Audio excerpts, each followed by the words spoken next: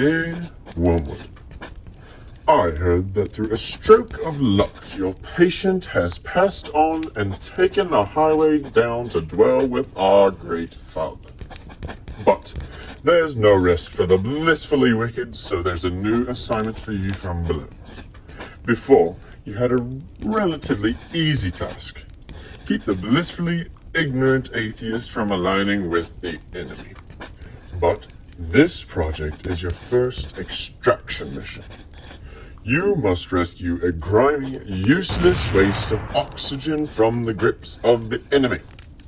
There is a certain Christopher Dole at Florence Christian School that I believe would be a perfect fit for your initiation. Mr. Dole is beautifully susceptible to certain types of persuasions. The foremost of these being the argument for peer pressure. Simply wriggle your way into his fickle little model brain, convince him to listen to his feeble-minded friends, and he'll crack under the pressure like a small child's bones. It's the same tactic I used against the enemy with King Rehoboam. It's really quite easy, but it takes just a bit of finesse. You can't start off with something outlandish. You must tell him, through his friends, of course, that it's no big deal. Everybody's doing it. Of course, you can have much fun, really, and let your wicked ingenuity run wild. But I shall give you 3 ideas to start you off running. Of course, general disobedience and playful irresponsibility are a great place to start.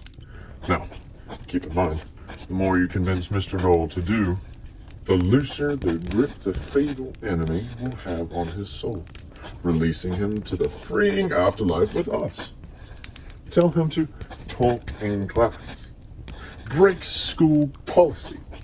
It's no big deal. Everybody's doing it. Then level up the fun.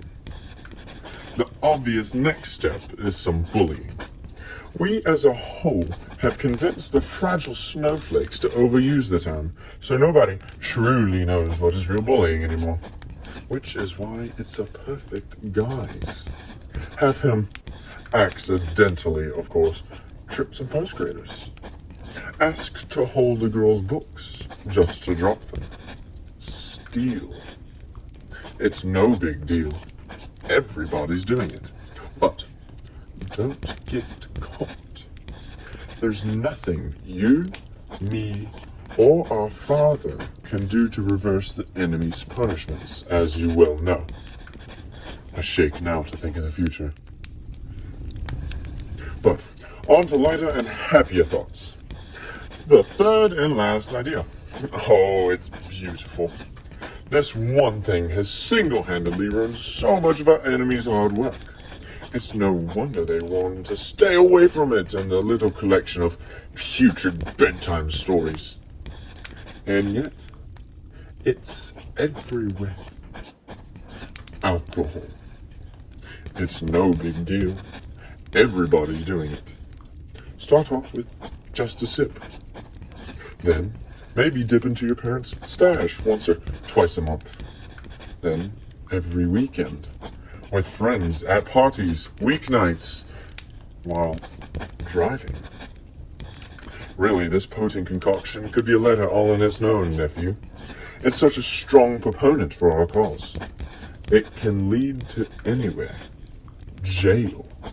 Fights. Shootings. Divorce. Addictions. Pregnancies. Or absolutely nowhere at all. You see, it's the unpredictability of this drug that makes it so potent.